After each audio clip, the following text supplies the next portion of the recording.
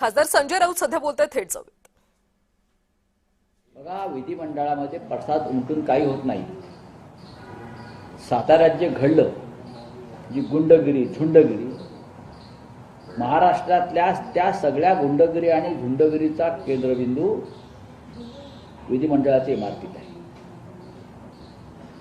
गेल्या 4 वर्षामध्ये महाराष्ट्रामध्ये जेव्हा जेव्हा लोकशाहीचा खून झाला आणि पोलिसांनी झुंडशाही केली, त्या सगळ्याचा केंद्रबिंदू हा विधिमंडळाच्याच इमारतीत आहे.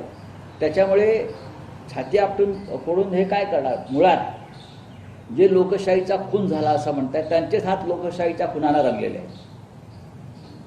मला आश्चर्य वाटतं की विधिमंडळाच्या पायऱ्यावर काल काही मंत्री आमदार एका गटाचे 1-2 गटाचे होते आणि लोकशाहीचा खून झाला, लोकशाहीचा खून झाला.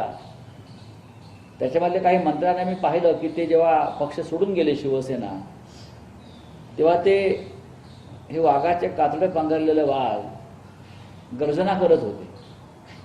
स्वाभिमानासाठी, हिंदुत्वासाठी आम्ही कसं पक्ष सोडला. आणि काल त्यांची विधिमंडळाच्या पायऱ्यांवर या वाघांची, म्हणजे कातडं पांघरलेल्या वाघांची अक्षरशः मांजरं आणि बोके झाले होते. सरकारमधल्या मंत्र्यांची अवस्था का? तुम्हाला भारतीय जनता पक्षाच्या मंत्र्यांनी सातारच्या रस्त्यावर बेदम चोपलाय. कुठे गेला तुमच्यातला शिवसैनिक? कुठे गेला तुमच्यातला तो बाळासाहेबांनी घडवला मर्द मावळा? मार खाल्लात तुम्ही, तुमच्यात सहकारी मंत्र्यांकडून मार खाल्लात आणि तुम्ही विधिमंडळाच्या पायऱ्यांवरती छाती पिटताय, म्याव म्याव करताय. बघा, शेवटी जे कर्म तुम्ही केलं त्या कर्माचं एक फळ आहे. मुख्यमंत्र्यांनी स्पष्टपणे सांगितलेलं आहे साताऱ्यासारखे प्रकार. एकनाथ शिंदेसोबत काल त्यांची रात्री बैठक झाली, त्यात त्यांनी सांगितलं साताऱ्यासारखे प्रकार खपवून घेतले जाणार नाही. आम्ही मोठे भाऊ आहोत, मोठ्या भावाची भूमिका संयमाची आहे असं त्यांनी म्हटलं. एक लक्षात घ्या, देवेंद्र फडणवीस किंवा गृहमंत्र्यांच्या मदतीशिवाय साताऱ्यातली झुंडशाही होऊ शकत नाही. ज्या पद्धतीनं पोलिसांनी एका तिकडल्या पालकमंत्र्याला चोप दिला, तोच म्हणतो मी रक्तबंबाळ झालो, माझा हात मोडला, माझा पाय मोडला. सातारा ही महाराष्ट्राच्या स्वातंत्र्य लढ्यातली महत्त्वाची भूमी आहे. यशवंतराव चव्हाण, बाळासाहेब देसाई, किसनवीर, पत्री सरकार, म्हणजे स्वातंत्र्य लढ्यातली एक महत्त्वाची भूमी आहे. आणि त्याच्यामध्ये तिथे गदिम माडगुळकरांसारखे कवी जन्माला आले.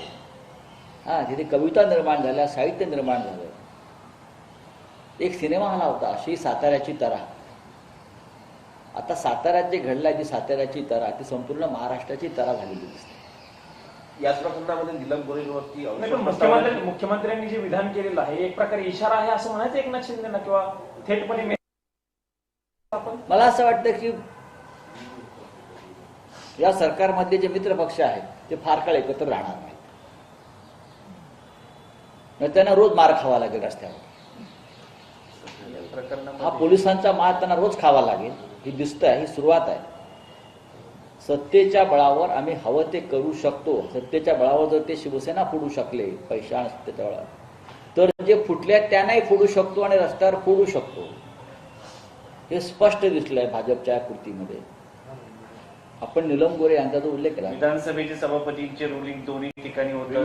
गृहमंत्र्यांचे अधिकार मोठे, मुख्यमंत्र्यांचे अधिकार मोठे की सभापती. भाजप ज्या पद्धतीनं बळाचा, पैशाचा वापर करून शिवसेना फोडू शकतो, त्याच पद्धतीनं आताची शिवसेना सुद्धा फोडली जाऊ शकते. भाजपच्या मंत्र्यानं साताऱ्याच्या भर रस्त्यात चोपलं असं त्यांनी म्हटलं. शिंदे आणि त्यांच्या मंत्र्यांना कर्माचं फळ मिळालं असं राऊतांनी. मार खाल्ला तेव्हा तुमच्यातला शिवसैनिक कुठे होता असा सवाल देखील विचारलाय. कारण शंभूराज देसाई यांनी काल विधान परिषदेमध्ये माझ्या हाताला जखम झाली, मला धक्काबुक्की करण्यात आली असं म्हटलं होतं. आणि या सगळ्यावर संजय राऊतांनी भाष्य केलं.